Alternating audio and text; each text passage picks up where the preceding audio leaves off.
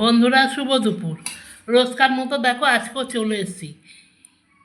কী মেনুটা আছে সেটা তোমাদের সঙ্গে আমি শেয়ার করি। তা দেখো মেনুটা আমার কি আছে। এখানে দেখো আছে গরম গরম ভাত, কিন্তু এর মধ্যে পেঁপে সিদ্ধ আছে, ভাতটা বাড়লেই বেরোবে। আছে এখানে আছে পেঁপে সিদ্ধ দিয়েছি একটা। আর এখানে দেখো ভেন্ডি পেঁয়াজ দিয়ে মশলা দিয়ে একদম গা মাখা মাখা করেছি। আর এখানে দেখো এখানে আছে রুই মাছ। রুই মাছটাকে আমি আজকে মশলা দিইনি, মশলা ছাড়া করিয়েছি। কারণ কী বলো তো বন্ধুরা, সবসময় মশলা দিয়ে না ভাল লাগে না, মশলা ছাড়াও খেতে ভাল লাগে। কারণ ওই যে আমরা ফোড়নটা দিই না, ফোড়নটা যদি ঠিকঠাক সুন্দর, ফোড়নের একটা গন্ধ আছে, ওই গন্ধতেই তরকারি সুন্দর হয়।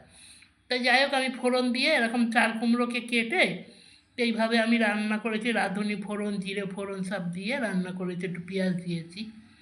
এই হচ্ছে মাছের ঝোল, কিন্তু গন্ধটা কিন্তু খুব সুন্দর বেরোচ্ছে।